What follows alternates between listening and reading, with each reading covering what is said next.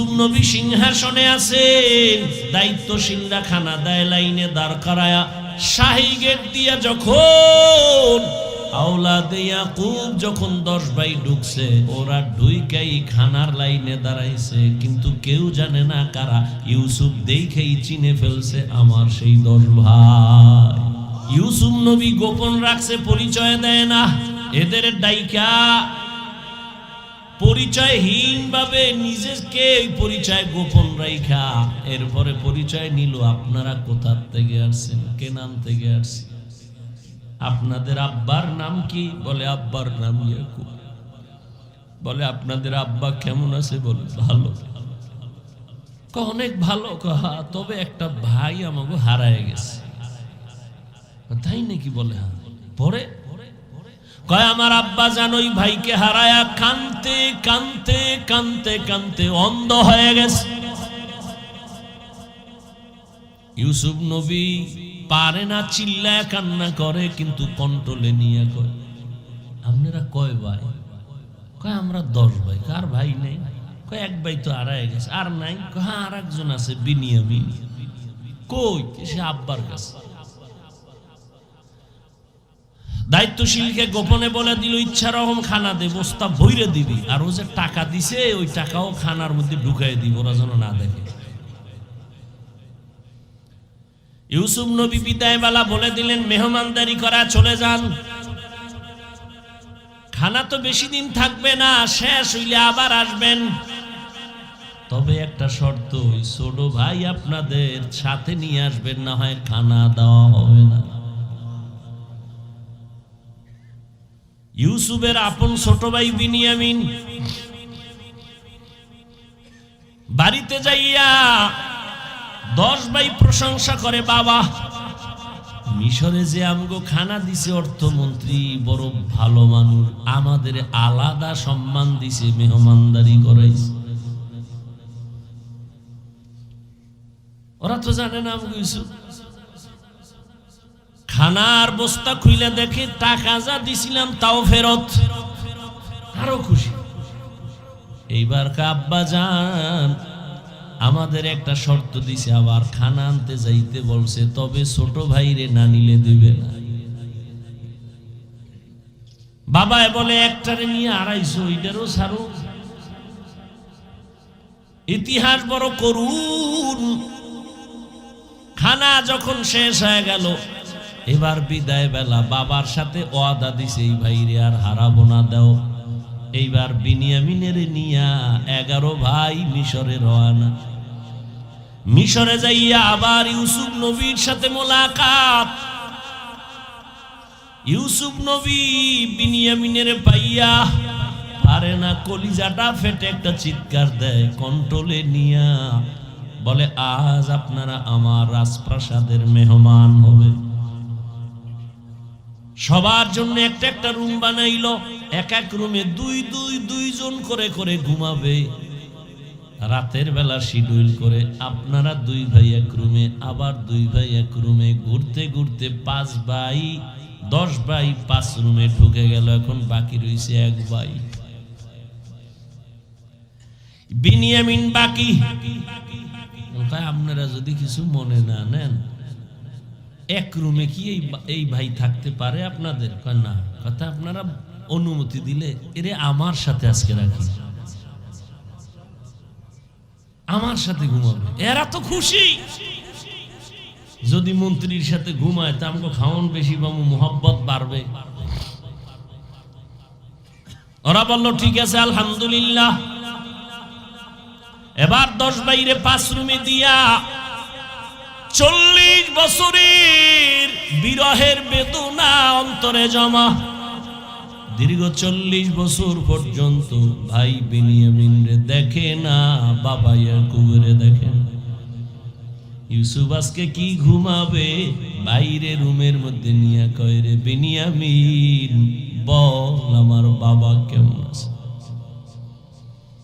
বিনিয়ামিন কান্না করে। ইউসুফের জন্য দুঃখে দুঃখে বাবা কান্না করে অন্ধ হয়ে গেছে। এক পর্যায়ে ইউসুফ নবী কৌশল অবলম্বন করে বিনিয়ামিনের সাথে গোপনে সব খোঁজ খবর নিয়া বিনিয়ামিন রে ছাড়বে না, কৌশল কইরা বিনিয়ামিন রে রাখার জন্য ইউসুফ নবী রেডি হলেন। ভাইরা আমার, 10 বাইরে আবার খানা দিয়া বিদায় করেছেন। ইউসুফ নবী বিনিয়ামিনকে রেখে দিলেন। নিয়ম অনুযায়ী একটা কৌশল করেছেন, ওটি বলার সময় নাই। শেষ পর্যায়ে পরিচয় ইউসুফ দিয়া কয়, আমারে চিনবা না, আমি তোমাদের সেই হারানো ভাই ইউসুফ। কান্নাকাটির এক অবস্থা, বলে আজ আমি তোমাদের উপরে কোনো প্রতিশোধ নিব না, যাও আমার বাবারে সালাম জানাও, আর আমার একটা জামা আছে, জামাটা নিয়ে যাও। আমার আব্বা জান অন্ধ,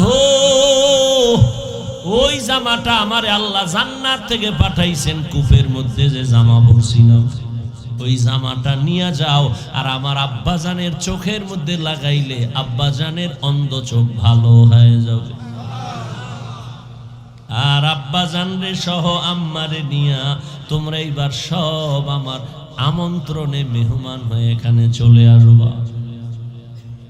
আল্লাহ তাআলা 40 বছর পেরিয়ে যাওয়ার পর মা বাবা ভাইদেরকে মিশরে পৌঁছায় দিলেন। এরে আল্লাহর গোলাম, এই ভাই ভাইয়ের জন্য যে কত মায়া, কত মোহাব্বত, কিন্তু এমন দুনিয়াতে আসলাম যে ভাই ভাইকে জবাই করে এই দুনিয়াতে আমরা আসছি। জানি না মইরা গেলে আমগো ভবিষ্যৎ আর কত খারাপ হয়। কিয়ামতের ময়দানে ভাই ভাইয়ের থেকে আলাদা হবে, মা আলাদা হবে, বাবা আলাদা হবে, বন্ধু বন্ধুর থেকে আলাদা হবে। আল্লাহ বলেন ওই দিনের ভয় অন্তরে জমা কর।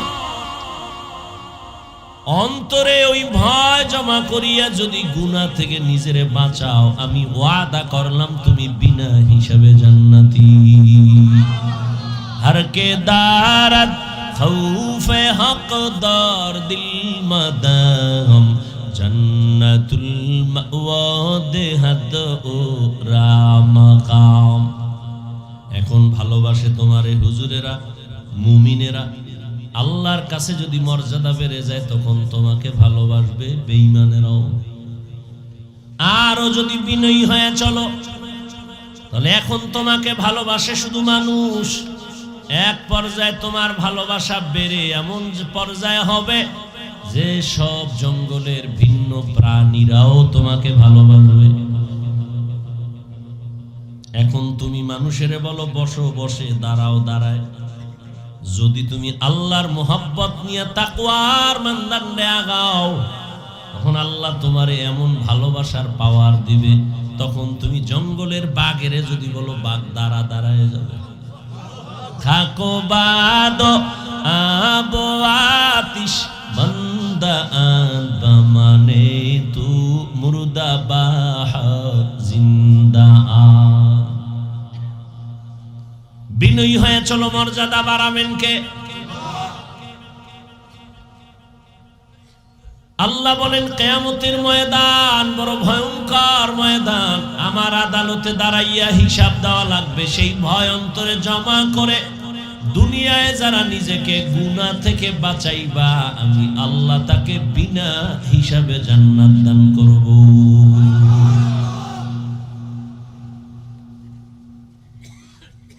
আল্লাহর আদালতে দাঁড়াইয়া হিসাব দেওয়ার ভয় কেন? দুনিয়ার সব আদালতেই তো ভয়। সামান্য হিসাব ডাক দিলে ঘুম হারাম হয়ে যায়। আদালতে তারিখ আছে, মামলার হাজিরা আছে, আগের রাত্র থেকে ঘুম নাই, খানা নাই। আল্লাহর আদালত আরো বড় কঠিন হবে। আল্লাহর আদালত বড় ইনসাফের আদালত হবে। জমিনটা হবে কিয়ামতের মাঠ। আরাফার ময়দান বাইতুল্লাহ থেকে একটু পার্শ্বে আরাফাতের ময়দান হবে, আল্লাহর বিচারালয়, আদালত। নারী আর পুরুষ সব উলঙ্গ দাঁড়াবে কিয়ামতের মাঠে। আম্মা জান আয়েশা রাদিয়াল্লাহু আনহা বলেন, ইয়া রাসূলুল্লাহ, লজ্জা কি করবে না? আল্লাহর নবী বলেন, লজ্জা করবে দূরের কথা, কেউ কারো দিকে তাকাবারও হুঁশ হবে না। বিজ্ঞানীরা বলে জমিন থেকে 9,30,00,000 মাইল উপরে সূর্য, যদিও একটা কাঁচা মিছা কথা, কারণ সূর্যের কিনারায় পৃথিবীর কেউ যেতে পারে না, পারবেও না। এতটা তাপ, এরপরও যদি ধরে নেই 9,30,00,000 মাইল উপরে সূর্য, ওই সূর্যটার একটা মুখ নিচে দেওয়া, দিনের বেলা গরম, রাতের বেলা তো সূর্য নাই, তারপরও কেন গরম লাগে, কেন ফ্যান চলে? রহমতের নবী বলেন, এই সূর্যটা কিয়ামতের দিন মাথার উপরে নেমে আসবে। আল্লাহ বলবে, সূর্য তোর যত তাপ আছে জমিনে ছেড়ে দে। রহমতের নবী বলেন, সূর্যের গরমে মাটির জমিনটা পুড়িয়া তামা হয়ে যাবে। লোহা হবে না কেন, স্বর্ণ হবে না কেন, সূর্যের গরমে পুড়িয়া রূপা হবে না কেন? স্বর্ণের মধ্যে, রূপার ভেতরে, তামার মধ্যে, পিতলের মধ্যে, লোহার মধ্যে ওই গুণটা নাই, তামার মধ্যে যে গুণটা আছে।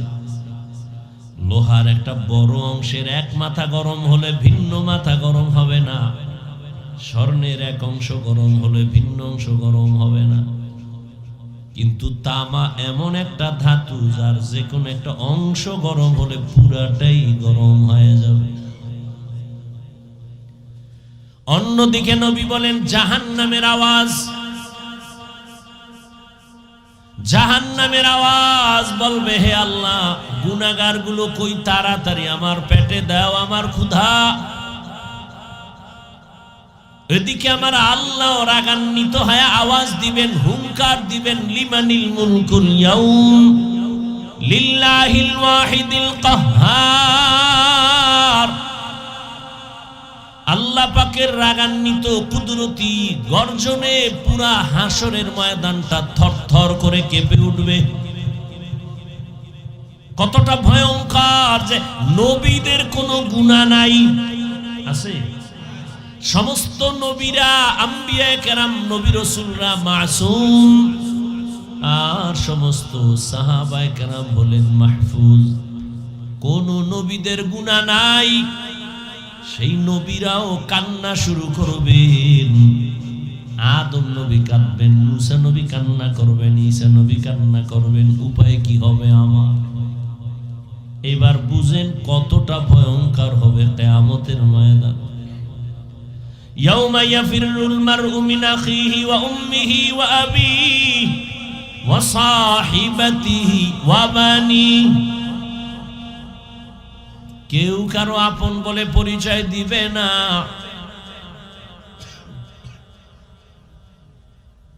সবাই একে অন্যের থেকে ভেগে যাবে। ভাই ভাইয়ের থেকে ভাগবে, ভাই ভাইয়ের পরিচয় দিবে না। ইয়াউমা ইয়াফিরুল মারউ মিন আখিহি, ভাই ভাইয়ের থেকে ভেগে যাবে।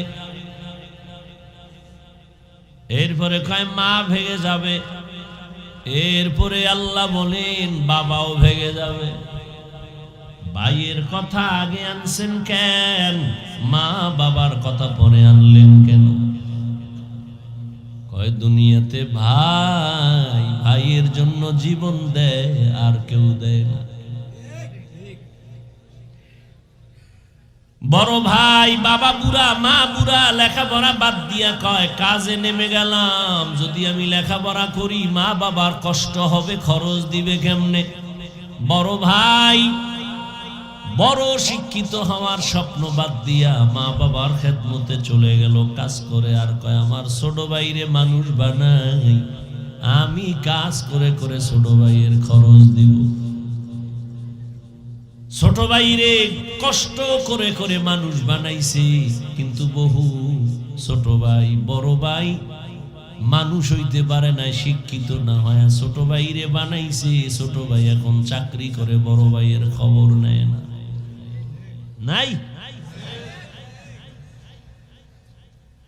ঈদের সময় এখন বিয়ে কইরা কত আনন্দ, চাকরি করে টাকার অভাব নাই।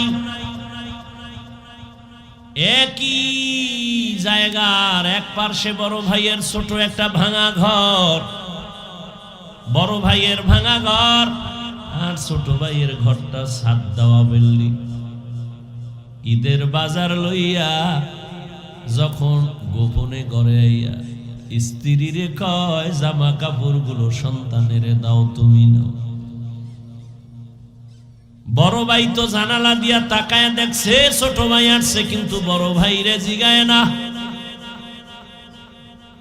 বাচ্চারে কি আর কন্ট্রোলে রাখা যায়? ও দৌড় দিছে, কাকা আসছে।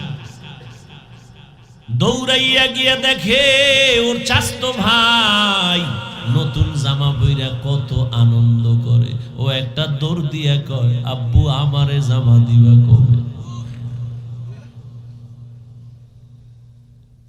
বাবা এই কথা শুইনা চোখের পানি ছেড়ে কান্না করে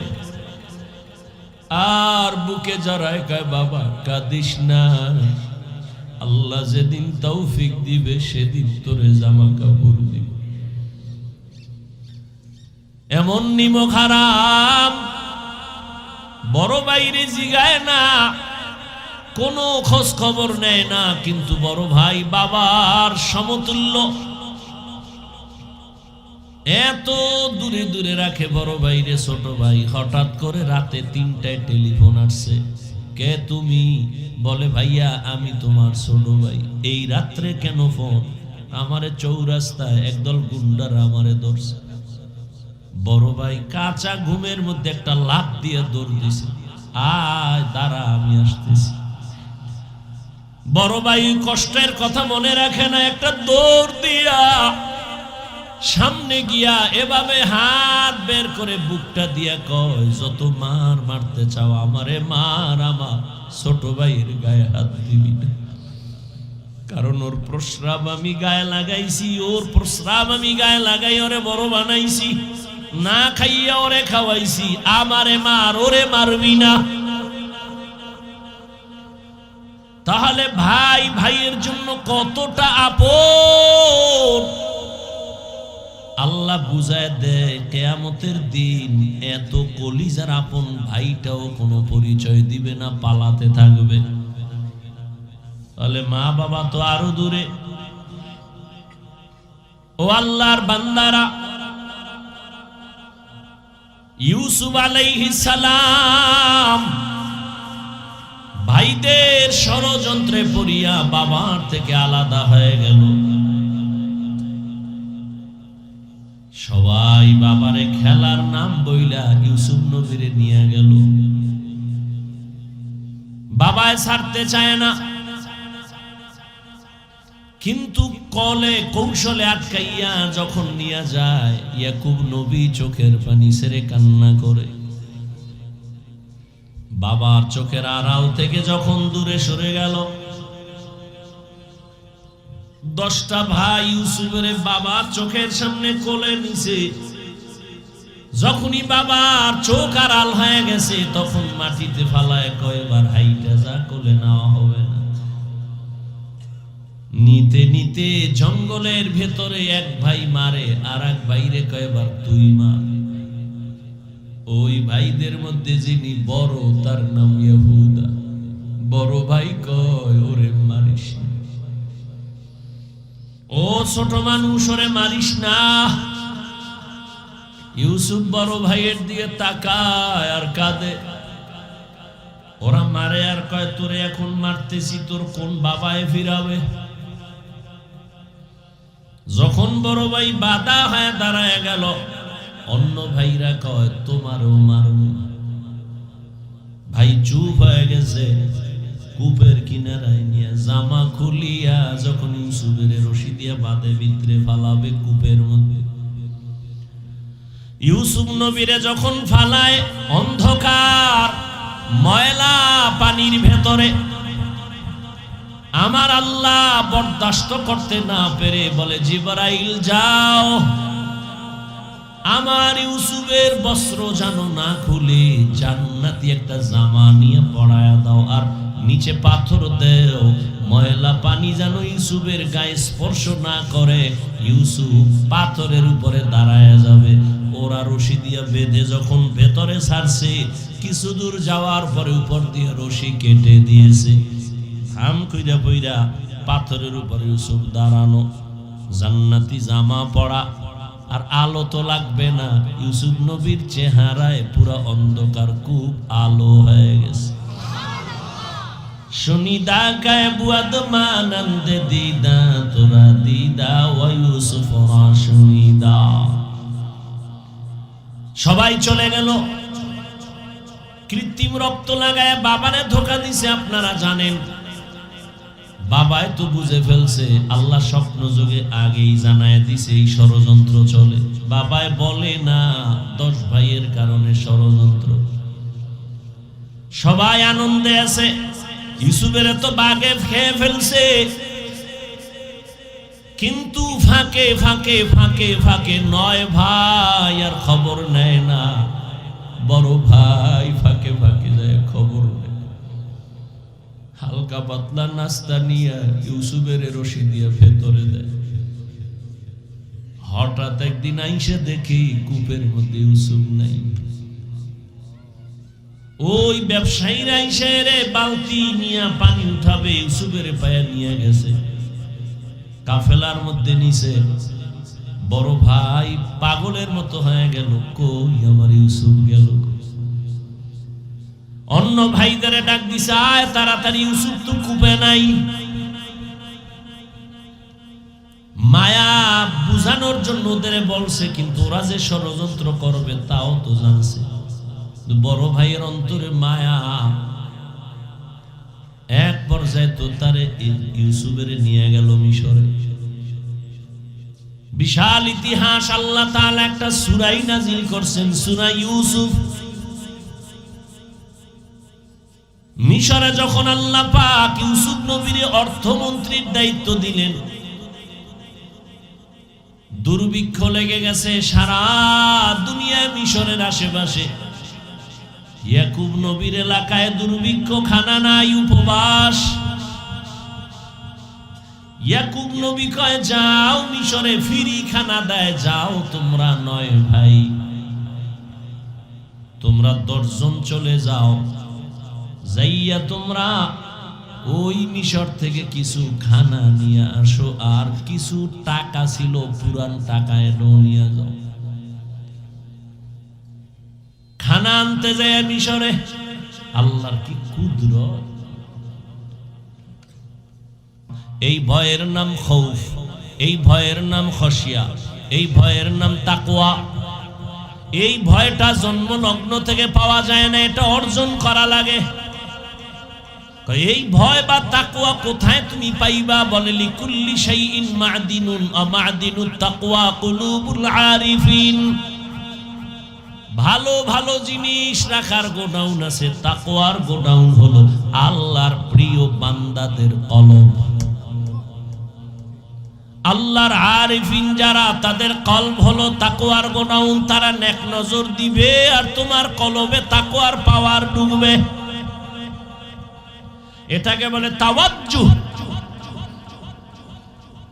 কারণ আল্লাহর প্রিয় বান্দা যারা, আল্লাহর বন্ধু যারা, এদের চোখে পাওয়ার আছে, এদের কলবে পাওয়ার আছে। এই পাওয়ার আল্লাহ দান করেন, তাকওয়ার কারণে দান করেন। কোরআনে এই পাওয়ারের নাম ফুরকান, হাদিসে এই পাওয়ারের নাম হলো ফেরাসাত। ইয়া আইয়ুহাল্লাযীনা আমানু ইন তাত্তাকুল্লাহ ইয়াজআল লাকুম ফুরকানা। মুমিন তাকওয়ার উপরে মুজাহাদা করো, আল্লাহ দয়া করে তোমাকে ফুরকান নামের পাওয়ার দান করবেন। মা মা'নাল ফুরকান হুয়া নূরুম মিন ইলাহি। আল্লাহর দেওয়া একটা নূরের আলো। ওই আলোটা যখন পাবে, ওই আলো দিয়া মা ফুররিকা বিহি বাইনাল হাক্কি ওয়াল বাতিল। আল্লাহর দেওয়া নূরের আলো দিয়া হক বাতিল আলাদা করে বান্দা হকের দিকে অগ্রগামী হয়ে যাবে। قال رسول الله صلى الله عليه وآله وسلم ইত্তাকু ফিরাসাতাল মুমিন ফাইন্নাহু ইয়ানজুরু বিনুরিল্লাহ। আল্লাহর ওলি যারা, আল্লাহর প্রিয় গোলাম যারা, তাদেরকে আল্লাহ ফেরাসাতের পাওয়ার দান করেন। তোমরা সাবধান হে উম্মত, তুমি জীবনে যা দেখবা না, আল্লাহর প্রিয় বান্দা তারা এই ফেরাসাতের পাওয়ার দিয়া অনেক কিছু দেখবেন, আল্লাহর নূরের আলো দিয়া। অতএব তাদের নেক নজর লাগাও তো অন্তরে ভয় চলে আসবে, তাকওয়া চলে আসবে। আর ভয় আসলেই গুনাহ থেকে বাঁচা সহজ।